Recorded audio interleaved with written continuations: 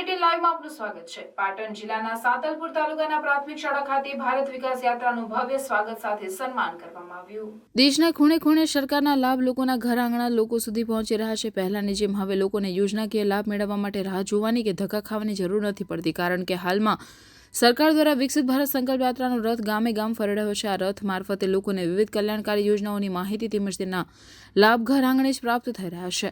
કાર્યક્રમ અંતર્ગત મેરી કહાની મેરી જુબાની અંતર્ગત લોકો પોતાને મળેલા લાભની વાત લોકો સુધી પહોંચાડી રહ્યા છે અને લોકોને યોજનાકીય લાભ લેવા માટેની અપીલ પણ કરી રહ્યા છે। પાટણ જિલ્લાના સાતલપુર તાલુકાના સાતલપુર ગામે આયોજિત વિકસિત ભારત સંકલ્પ યાત્રાના કાર્યક્રમ અંતર્ગત ગામના લોકોએ પોતાને કિસાન સન્માન નિધિ અંતર્ગત મળેલા લાભની વાત કરતા જણાવ્યું હતું કે મને દર વર્ષે 6,000 સરકાર દ્વારા મળે છે। આ પૈસાથી હું ખેતી કરવા માટે ઉપયોગી બિયારણ, ખાતર વગેરે જેવી વસ્તુઓ લાવું છું, જેથી મને ખેતી કરવામાં આર્થિક રીતે મદદ મળી રહે છે। આ બદલ અમે સરકારનો આભાર માનીએ છીએ। આ પ્રસંગ સાથે સેવા સેતુ કાર્યક્રમ યોજાયો હતો।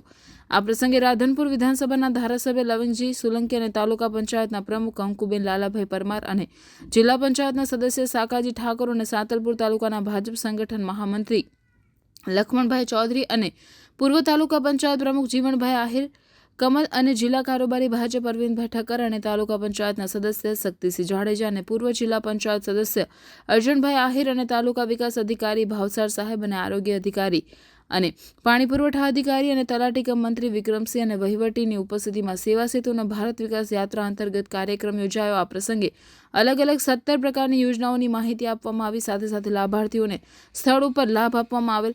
આ પ્રસંગે શાળાના વિદ્યાર્થીઓ દ્વારા નાટક રજૂ કરી લોકોને માર્ગદર્શન આપવામાં આવ્યું હતું। પ્રાકૃતિક ખેતી બાબતે આ પ્રસંગે મોટી સંખ્યામાં લોકો ઉપસ્થિત રહ્યા હતા। અધિકારીગણ, ગામજનો અને વિવિધ યોજનાઓ વિશે સમજાયું અમને, અને આયુષ્યમાન ભારત જેવી મોદી સાહેબની અનેક યોજનાઓ છે એનો લાભ લેવા માટે એનો કેમ્પ કરેલો છે, અને સાતલપુરના લોકો આમાં ખૂબ જ લાભ લે અને ક્યાંય રહી ન જાય એના માટેની સુવિધાઓ ત્યાં અહીંયા ઉપલબ્ધ છે।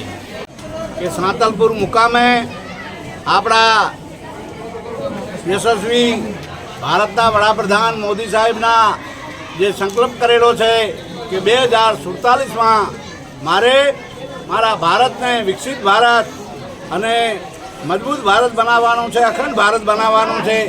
એ રથ આજે સાંતલપુરમાં આવી પહોંચ્યો છે અને એની સાથે બીજી અન્ય 17 સરકારની જે યોજનાઓ છે એની વાત કરી।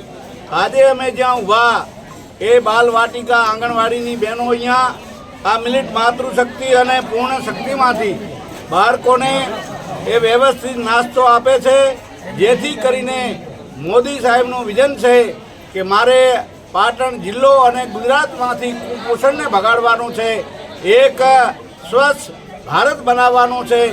એ વાતને આજે આ સાંતલપુરના દરેક સમાજના લોકોએ વધાવી લીધો છે અને શપથ પણ લીધા છે કે અમે 2047માં અખંડ ભારતને બનાવવાનું, અને એ બધા સાથે શપથ લીધા છે। એ બદલ ખૂબ ખૂબ આભાર। બોલો ભારત માતા કી જય।